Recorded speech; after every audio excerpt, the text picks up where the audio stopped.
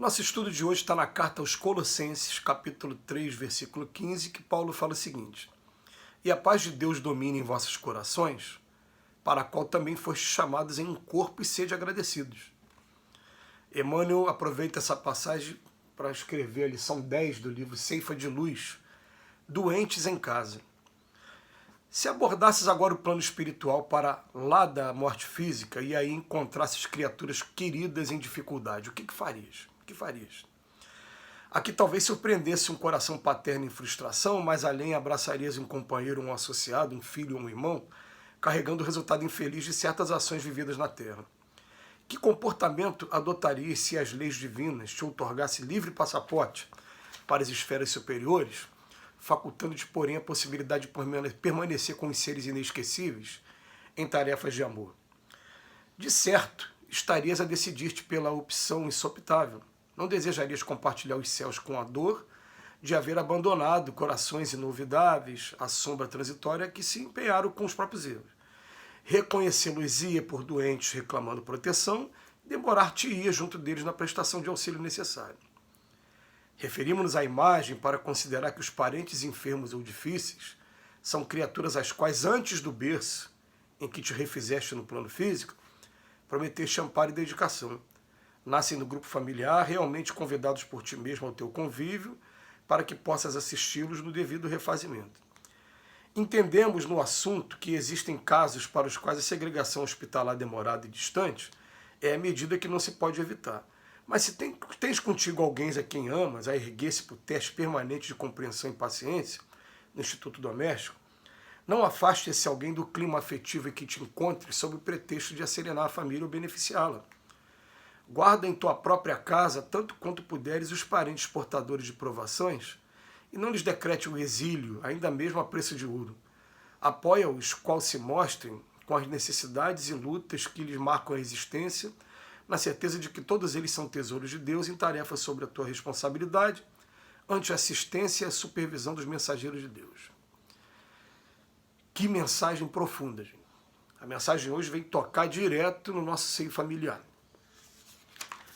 Qual é a comparação que o Emmanuel faz hoje? O Emmanuel começa perguntando para a gente: vem cá, gente, se a gente tivesse a oportunidade de sair do corpo aqui agora e ser levado aí por algum dos espíritos, por Jesus pessoalmente, para encontrar os nossos parentes que já estão do outro lado da vida. Pessoas que a gente ama de verdade, pessoas que fizeram diferença nas nossas vidas. E a gente aceita o convite, chega lá do outro lado, vai encontrar ou os pais, ou os avós, ou um grande amigo, irmão, pessoa que já foi na nossa frente. Todo mundo tem um histórico aí de algumas pessoas queridas que já desencarnaram, já foram para o outro lado da vida. Mas como um detalhe, você chega lá do outro lado, você encontra a pessoa numa dificuldade qualquer, e a dificuldade que ele vai se encontrar é sempre derivada dos atos que ele praticou. Alguma coisa que ele praticou e que não foi bem, ele está numa região de sofrimento. O que você faria? Emmanuel se antecipa aqui, falando, qualquer coração, né, que tem um pouco de sensibilidade, o que a gente faria? A gente vai fazer tudo o que está ao nosso alcance, para dentro do tempo que a gente tem disponível para estar acompanhando a pessoa, a gente ajudar aquela pessoa. Então a gente vai chegar, mas o que aconteceu? Vai tentar conversar com a pessoa, vai tentar uma terapia de perdão, uma terapia de reerguimento, a terapia da pessoa levantar a cabeça e começar a fazer de novo, tudo de novo, né? Reparar o mal que fez, entender aquela sequência do arrependimento, mesmo que tenha expiaçãozinha, mas até reparou o mal, segue em frente, vai ter essa situação, né? Ele aproveita esse quadro, que é um quadro que é legal da gente pensar, é um quadro que seria um presente para muitos de nós, né? Fala, vem cá, agora inverte a situação. Os parentes difíceis que a gente tem hoje, grande maioria das vezes são pessoas que, antes do berço, ele fala aqui, antes do berço que a gente nasceu, agora, a gente prometeu amparo e dedicação. Ah, mas eu não lembro. Ah, eu não acredito nisso não. Como é que uma coisa aconteceu? Ué, mas agora você está vivendo com aquela família. E vai ter parentes que são parentes difíceis, como a gente chama aí, né? Carne de pescoço. Vai ter parente que vai ser difícil mesmo. Emmanuel, ele reconhece aqui, ele vai falar assim, ó, entendemos que existem casos para os quais a segregação hospitalar demorada e distante é medida que não se pode evitar. Ele até fala, tem casos que eu sei que precisa às vezes de um tempinho, não está tendo, né, aquele entendimento, é bom de se afastar. Eu não me lembro de ter passado por uma situação dessa assim, na minha vida, mas passei por uma situação parecida quando me casei, porque o raciocínio foi assim, né? Quem casa quer casa. Então eu queria morar um pouquinho distante dos meus familiares mais próximos, para poder ter a minha independência, poder ter a minha família mesmo, né? Poder desenvolver algumas coisas. Tudo bem, foi esse o raciocínio na época. E também, é claro, para não ficar deixando também, misturando os problemas pessoais, particulares das famílias também. Foi essa preocupação, que é uma preocupação que muita gente tem, né? Teve a preocupação de segregar, mas não foi por conta de dificuldade, não foi no coração aqui não foi, né? Mas ele vem falar para a gente o seguinte, Emmanuel faz um apelo, gente, vocês percebem aqui? Ele fala assim, ó, não te afastes de algum parente seu sob o pretexto de asserenar a família ou de beneficiar, aquela coisa assim, ó, se não está dando certo comigo junto, acho que eu saindo daqui, vocês ficam melhor. Ele está falando assim, ó, não, evitem fazer isso. Mas no início do parágrafo ele fala, eu entendo até que tem casos que não tem outra solução, a solução é essa, né? Mas sempre que você puder, evita fazer isso, se afastar desse teste de compreensão e de paciência. Tenta ficar do lado da pessoa e oferecer o melhor que você tenha para aquela pessoa. Ele está dizendo aqui para a gente.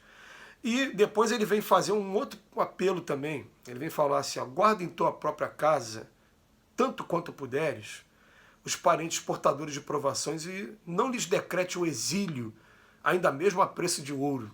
O que ele vem dizer com isso? Ao invés de você pagar uma clínica aí de internação, um asilo, se puder fazer, né, pague um cuidador, deixa a pessoa dentro de casa, no contato próximo com esse contato que a gente tem afetivo com as pessoas mais próximas, deixa a pessoa aqui perto e uma pessoa cuidando, é melhor do que você colocar num asilo e manter, mesmo a preço de ouro, decrete o exílio que ele fala pra gente, né?